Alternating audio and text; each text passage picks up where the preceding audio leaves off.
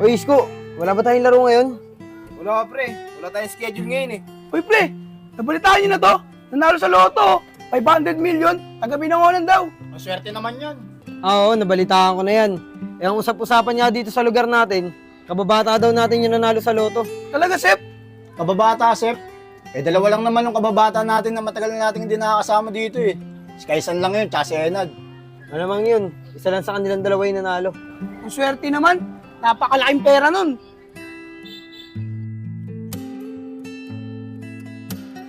Sep, hindi ko mahanap yung Facebook ng dalawa. Ako nakita ko na yung kay Kaysan. Inad ko na rin siya. Kaso hindi pa ako ina-accept. Yung kay Enad, di ko makita eh. Mukhang nag-deactivate ata ng account. Panigurado ako si Enad na nanalo sa loto, pre. Kaya siya nag-deactivate ng account. Panigurado ako, nagtatago na yun. Uy, Sip! Parang si Enad yun, oh. Oo nga, no. Tara, salubungin natin. Tara. Uy, Nad, kamusta ka na? Uy, pre! Okay lang naman ako. Eh, kayo, kamusta kayo? Okay lang din kami, pre. Bin, bitbitin mo yung bag niya, Nad. Salamat, pre, ah. Tara, pre, dun tayo sa kubo. Marami tayo pag-uusapan. Kamusta na kayo, pre? Miss Okay mo lang kayo, kami, ah. pre. Tara, pre, buka muna dito. Salamat, tol, ah. Ano, pre, kamusta ka na? Gusto mo ba magbirienda? Ay, hindi, pre. Okay lang. Busog pa naman ako. Ganun ba? Ay, pre, balita ko. Tumama ka daw sa loto, ah. 500 million? Ang laking pera nun, pre. Loto, pre. Ay, pre. Baka nagkakamali ka. Eh, hindi nga ako tumataya sa loto, eh. Tsaka, pre, ang totoo talaga niyan, kaya ako umuwi dito sa Binangonan, nagka-problema ako sa probinsya. Problema, pre? Bakit, pre? Ano ba naging problema mo sa probinsya? Nagkabaon-baon kasi ako sa utang sa probinsya, eh. Pinalayas na rin ako dun sa tinitirang kong apartment. At kaya ako nandito.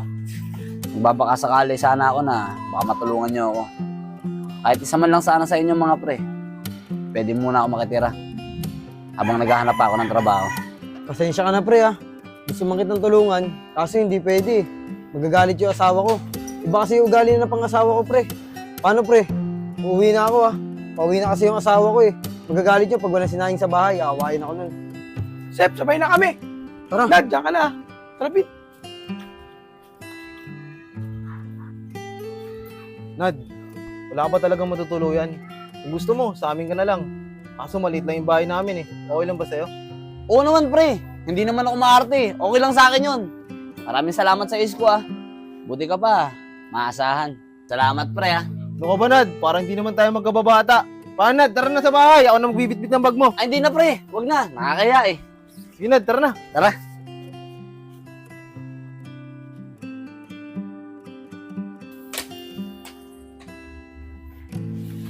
Uy, mga pre. May good news ako sa inyo. O ano yun, Sep? Tara, upo kayo dito. Inaccept na ako ni Kaysan. Magka-chat kami kagabi. Magpapadala daw siya ng pera. Paghahatian daw natin, magtutropa. Talaga ba? Ayos yan, Sep. Good news nga yan. Pero may plano ko. Hindi natin bibigyan si Enad. Kararating lang naman dito niyan eh. Pati hindi alam ni Kaysan na nandito yan. Oo nga, tama yan. Pati kay Isko, bawasan natin para malaki paghahatian natin tatlo. Ay, Uy, syempre. pre, ayun pala si Isko. Uy, Isko, tara dito. May good news kami sa'yo. Ano ba yung good news ni pre? Nakausap ko na si Kaysan. At siya yung tumama sa loto. Magpapadala siya sa atin ng pera. Bibigay ko na lang yung parte mo pag nakuha ko na yung pera. Eh si Enad, meron din ba dyan? Huwag ka na mahingi kay Enad. Hindi na natin bibigyan yun. Sa atin na lang to. Tsaka kahapon lang naman siya dumating ha. Bibigyan pa natin siya. Siya nga pala.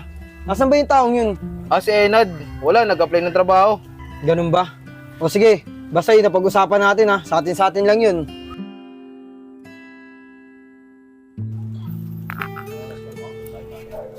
Uy, Nad. Gising ka na pala.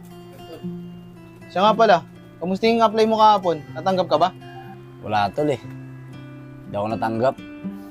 Pero bukas, mag-a-apply ulit ako. Isko, pasensya ka na ah, kung medyo napapatagal ako dito sa bahay niyo. Naku ba, Nad? Huwag mo na isipin yun. Pwede ka dito sa bahay namin kahit kailan mo gusto. Salamat pre ah. Siya nga pala, Nad. Lalabas ako. Pupunta ako sila Joseph. Sasama ka ba? Ay sige pre, pero liligpitin ko muna itong pinaghihigaan ko. Antayin mo na ako sa labas. Sige, pre. Dito na ako. Sige, sige.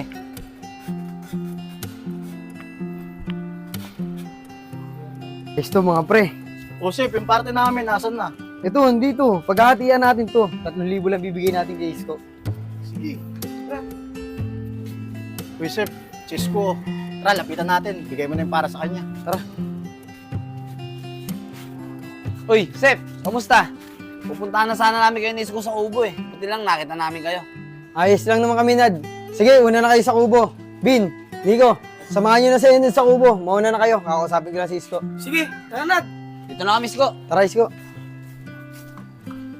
Dito na lang tayo, Isko. Oh, ito yung parte mo. Doon sa pinadala ni Kaysan. Uy, salamat dito, Seb ah. Pakisabi na kay Kaysan, maraming salamat. Sige, ako na bahala magsabi kay Kaysan. Huwag ka na lang maingay kay Enad, ah. Tara na sa kubo. Teka lang, Seb. Wala pa talagang para kay Enad. Tropa naman natin siya eh. Tsaka kababata pa. Wala na, Isko. Napagpartihan na namin nila Kevin.